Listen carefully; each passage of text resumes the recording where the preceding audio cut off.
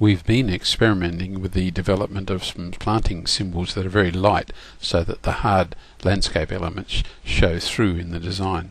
I've put 7 symbols here. They're arranged in a rather old fashioned, just a regular array there, just to illustrate what we're on about. So the client would see a drawing such as this, and if we go to a print preview, you should be able to see that the hard landscape elements dominate the plan, not the individual symbols, although you can still see and determine and distinguish between individual symbols. We've gone further. If we go to the layer command and turn on the construction layer and turn off the layer on which those symbols are placed, and then issue the regen command, then we turn off all the fancier symbols and are just left with a round circle for the planting team, the construction team.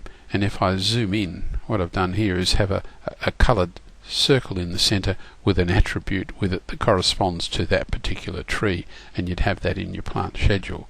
So and if we print preview, quite easily one can see the type of tree that we need to plant.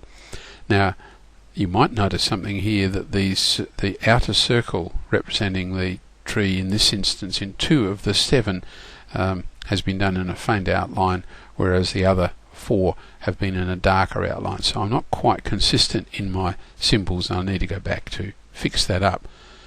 For the construction team, I think we might just go for the faint symbol. I think it's the green dot with the number in the middle is the key element, not the indication of canopy diameter. So can you see that developing your symbols can be quite a tricky process, and it really depends how you and your team want to use these symbols as to how you set things up.